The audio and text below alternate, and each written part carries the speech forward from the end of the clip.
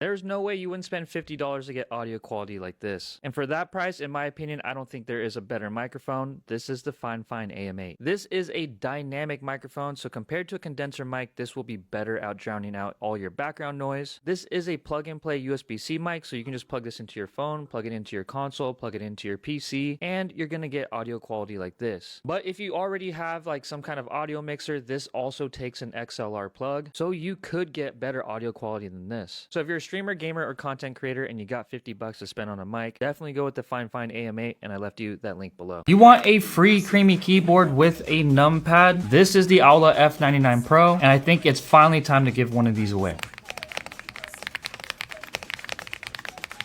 Make sure you stick to the end because that is where I'm going to have the instructions on how to enter. But first, let's go over what you're getting. Since this is a pro model, you are getting the numpad with the big 0. You're getting a tactile knob, tri-mode connectivity so you can run this wired or wireless. It's gasket mounted, 3 and 5 pin hot swappable, but underneath the hood, you are getting the star vector switch, which as you heard sounds absolutely amazing.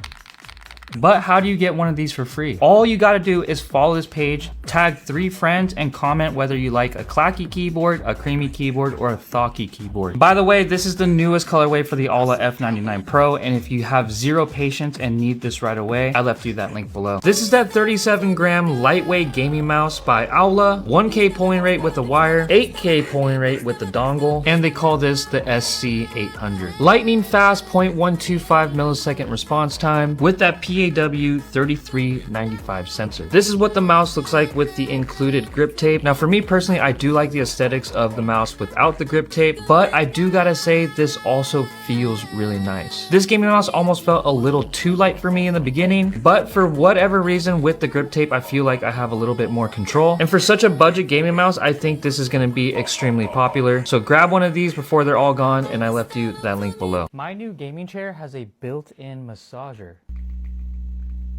But what I think is the coolest feature about this chair is this folding footrest. That way I can completely lay back comfortably. That way you can get absolutely no work done at your desk. I'm really digging this cream aesthetic. Up close you got this bronze or like tan stitching that looks absolutely amazing. A super plush head pillow. If you want to achieve this level of comfort, I left you that link below. A standard Aula F75 versus the Aula F75 Max. Let's talk about it. Now right off the bat, I do gotta say these are both some really creamy keyboards. Now between these two keyboards there are 2 main differences. The first major difference is the PCB. As you can see, all the RGB is pointed up, which means this is a north-facing PCB. And with north-facing PCBs, you have the possibility of running into interference issues if you decided to ever swap out your keycaps, especially with cherry profile. And on the Max version, you're getting south-facing RGB, which is honestly my preference. The Max version is also coming with the customizable LCD screen. So if you wanted to, you can always upload a custom GIF. And as you can see, these both come with knobs, but on the Max version, your knob is actually a little bit more tactile, where the standard F75 has more of a silent knob.